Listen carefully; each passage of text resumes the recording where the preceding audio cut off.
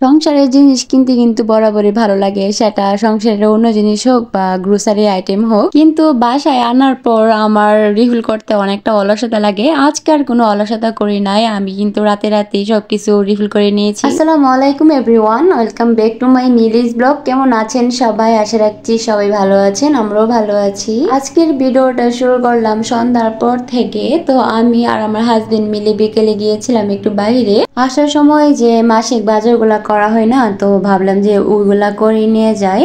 আর আজকে ভিডিওটা কিন্তু বেশ কয়েকদিন আগে। আমার ইদানিং একটু ভিডিও দিতে অলসতা লাগতেছিল, ওই জন্য কিন্তু ভিডিওতে ভয়েস ওভার করতে পারতেছিলাম না, আর শরীরটা তেমন ভালো ছিল না। বাসে আসার পর কতক্ষণ পরে ভাবলাম যে সব সময় তো দেরি করি, তো বাজার করে আনার পর একদিন বা 2 দিন পর আমি গ্রোসারি আইটেমগুলা রিফিল করি আর কি। তো আজকে ভাবতেছি না করে ফেলে, রাত্রেবেলায় করে ফেলি। আর মানুষের মন মানসিকতা সবসময় তো এক থাকে না, তো যখন ভালো লাগে তখন কাজগুলো করে ফেলি ভালো। অনেক মানুষ আছে কি করে, বাসায় একটা জিনিস না থাকলে শর্ট পড়লে তারপর নিয়ে আসে, 1টা 2টা করে নিয়ে আসে আর কি, ওই রকম। তো আমার কথা হলো, আমি যেহেতু টাকা দিয়ে কিনবো, তাহলে কেন আমি 1টা 2টা করে কিনবো? আমার সংসারে যে জিনিসটা প্রয়োজন সেটা যদি আমি একবারে কিনি তাও লাগবে, আর একসাথে কিনি তাও লাগবে। আর আমার মতামতে মনে হয় যে একবারে কিনে ফেলে ভালো সব বাজারই। আর একসাথে বাজারগুলো করলে কিন্তু অনেক বাজার পাইকারি দামে আনা যায়, বা প্রত্যেকটা বাজার থেকে কিন্তু মানে টাকা কমিয়ে রাখে, তাহলে কি ভালো না বলেন তো? আমার বাসা নেওয়ার সেই শুরু থেকেই কিন্তু প্রত্যেক মাসে এরকম ভাবে দুজন মিলে তারপর গ্রোসারি আইটেমগুলা কেনা হয়, বা সংসারের প্রত্যেকটা জিনিসই কিন্তু আমাদের দুজন পছন্দ করে কিনি, বা দুজনের মতামত অনুযায়ী কিনি। তবে সংসারের প্রথম দিকে না এত কিছু বুঝতাম না, মানে অনেক কিছুই বুঝতাম না।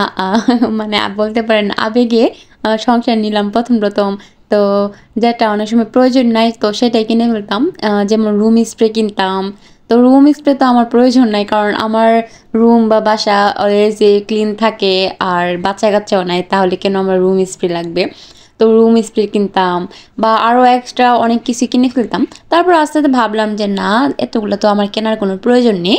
তো আমার এখন বর্তমানে যেগুলো প্রয়োজন আমি ওইগুলোই কিনি। ধরেন 1 মাসে আমি বাজারগুলো করলাম, সামনের মাসে আমার বাজার কিছু রয়ে গিয়েছে, তো এগুলা বাদে আমি আবার অন্য বাজারগুলো করলাম। আবার অনেক সময় আছে যে 1 মাসের বাজার করলাম, মাঝখানে কিন্তু আবার অনেক কিছুর প্রয়োজন হয়, যেমন পেঁয়াজের প্রয়োজন হয়, বা অনেক সময় অনেক কিছু শেষ হয়ে গেলে আনা হয়। আজকে রাত্রেবেলা ভাবতেছি যে বাজারগুলো গুছিয়ে ফেলি, কারণ পরের দিন আবার সকালবেলা তো ঘুম থেকে ওঠার পর অলসতা লাগে, ভালো লাগে না, বা রান্না বান্নার কাজ নিয়ে ব্যস্ত থাকতে হয়, বাসা ক্লিন করার একটা ব্যাপার স্যাপার আছে, তো তখন না এগুলো রিফিল করতে একটু মানে অলসতাই লাগে, ভালো লাগে না। আর এভাবে কিন্তু আমার প্রায় সময় দেরি হয়ে যায় বাজারগুলো গুছাইতে। এই জন্য আজকে রাত্রেবেলায় আমি কাজ শুরু করে দিয়েছি। আর দেখা যাচ্ছে না যে বাজারগুলো কিন্তু আমি তাড়াতাড়ি করে ঢুকেই ফেলতেছি, কিন্তু না, এগুলা করতে কিন্তু সময় সাপেক্ষ। আমার এইগুলা ছিল কর্নফ্লাওয়ার। আজকে কর্নফ্লাওয়ারগুলো আমি খোলা নিয়ে আসছি, কারণ আমার কর্নফ্লাওয়ার না একটু বেশি প্রয়োজন লাগে, যেহেতু বিভিন্ন ধরনের নাস্তা বানানো হয়, তারপর কেক বানানো হয়। এজন্য কিন্তু যে ছোট কৌটাগুলা পাওয়া যায় না মুদিমালের দোকানে, 100 গ্রামের গুলা যে 70 টাকা, ওইগুলা আমার বেশি দিন যায় না, শেষ হয়ে যায়। আর থাকেও খুবই অল্প দাম পরিমাণে, কিন্তু মানে খুব অল্প পরিমাণ থাকে। তো সবসময় যে কেকের জিনিস কেনা হয় না, তো ওই দোকানে আবার দেখলাম যে খুচরা মানে এরকম খোলাগুলা বিক্রি করতেছিল 200 টাকা কেজি। তো আমি 250 গ্রাম নিয়ে আসছি আর কি। 250 গ্রাম কর্নফ্লাওয়ারের দাম 50 টাকা, আর ওইখানে যে কোটাতে পাওয়া যায় ওগুলা থাকে 100 গ্রাম 70 টাকা। আমরা যারা কেক বানাই বা বাসার মধ্যে বিভিন্ন ধরনের নাস্তা বানাই, তাদের জন্য তো এইগুলাই ভালো, তাই না? বাজার রিফিল করার মাঝখানে ও আবার বলতেছিল চা বানানোর জন্য, তারপরে কিন্তু চা, তারপর বিস্কিট, সন্ধ্যা নাস্তাটা করে আসছি মাঝখান দিয়ে আর কি। দেশ কিংবা দেশের বাহির থেকে, মানে যে যেখান থেকে আমার আজকের ব্লগ ভিডিওটি দেখতেছেন, প্লিজ একটা লাইক দিয়ে দিবেন। আর যারা আমার চ্যানেলে আজকে নতুন আসছেন, এখনো সাবস্ক্রাইব করেননি, প্লিজ চ্যানেলটিকে সাবস্ক্রাইব করে পাশেই থাকতে পারেন। আমার সবগুলা বাজার রিফিল করা হয়ে গিয়েছে, আর যেগুলা এখন বর্তমানে আমার প্রয়োজন নাই ওইগুলো তো একটা বড় মানে কন্টেইনে আমি রেখে দিয়েছি। আর এই তো এখন আমি আমার এখানে এইগুলাকে সাজিয়ে রাখবো আর কি। আমার কিচেনটা খুবই খুবই ছোট, তো এখানে কোনো সেলফ নাই বা কিচ্ছুই নাই। তো আমার একটা আলমারি আছে আর কি, এটাকে আমরা মিডশিপ বলি।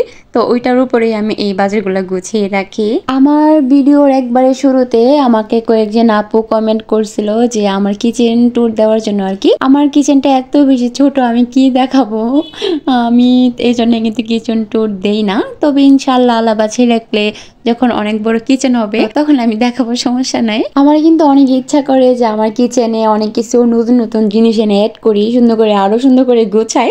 তবে এখন থেকে গুছানো না ওইটা না, আমার কিচেনটা ছোট হতে পারে কিন্তু গুছানো। তবে ইচ্ছা করে আরো অনেক কিছু অ্যাড করতে, কিন্তু কি করব, এর তো করতে পারবো না কারণ কিচেনটা খুবই ছোট।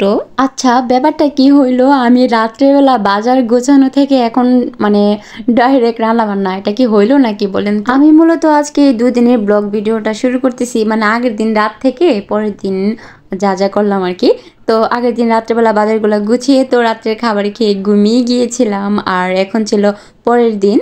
তো আমি যেহেতু সকাল সকালে রান্না বান্না বসিয়ে দিই, সকালের নাস্তা করে তারপরে কিন্তু সাথে সাথে রান্নাটা বসিয়ে দিয়েছি। আজকে ভাবতেছি যে চিকেনটাকে আমি ভেজে রান্না করব। আর হ্যাঁ, চিকেন কিন্তু ভেজে রান্না করলে অনেক ভালো লাগে, কিন্তু ভাজার সময় যে আমি কতগুলা তেলের ছিটা খাইছি আজকে বলার বাইরে। আমি আগে জানি কখনোই কিন্তু ভাজতাম না, মানে এত ছিটা দেই মুরগির মাংস যদি এভাবে ভাজা হয়, আমি আগে জানতাম না আসলে। আজকে আমার হাতের কাজ একবারই শেষ, মানে অনেকগুলা ছিটা খাইছি তেলের, তারপর তো একটা দুটা আমার মুখেও আসছে, মানে কি একটা অবস্থা আল্লাহ। আর আজকে মুরগিটা একটু বেশি পরিমাণে রান্না করতেছি, কারণ আমার নানি কিন্তু অসুস্থ। আমার নানি কিন্তু কয়েকদিন আগে আমাদের ব্রাহ্মণবাড়ি আসছে, মামা নিয়ে আসছিল, আমার আম্মাও নানু বাড়িতে গিয়েছিল। তো নানিকে নিয়ে একটু ডক্টরের কাছে দৌড়াদৌড়ি, এর জন্য ভাবলাম যে আজকে আমি রান্নাটা করে ফেলি। আমার নানির যদি কিছু হয়, আমার আম্মা কিন্তু একবারে ভেঙে পড়ে, মানে সন্তান যে মায়ের প্রতি এত ভালোবাসা আমার মাকে না দেখলে কিন্তু কেউ বুঝবে না। মানে আমার নানি যদি কিচ্ছু হয়, আমার আম্মা একবারে কান্নাকাটি করে, মানে অনেক খারাপ অবস্থা। আমার নানির জন্য আমার আম্মার অনেক মায়া। আর আমার নানির কিছু হইলে আমার মানে আমরাও খুব ইয়া করি, কারণ অনেক খারাপ লাগে। আমার নানি আমাদেরকে অনেক ভালোবাসে, অনেক আদরও করে। আমার নানির জন্য আপনারা দোয়া করবেন, আল্লাহ যেন মানে নেক হায়াত দান করে, আর যে রোগটা হয়েছে বা যে যে কারণে অসুস্থ, মানে সেই রোগটা যেন তাড়াতাড়ি সেরে যায়। আমি ডাল রান্না করে নিয়েছি, তারপর মুরগির মাংসটাও, আর এখন আমি সিমের ভর্তা করব। তো এই তো আমি হাতে গ্লাভস লাগিয়ে তারপর সিমের ভর্তাটা কিন্তু করে নিয়েছি। বাসায় যা ছিল তাই আমি রান্না করে নিয়েছি, আর আমার কিন্তু অলমোস্ট সব কিছু রান্না বান্না শেষ হয়ে গিয়েছে।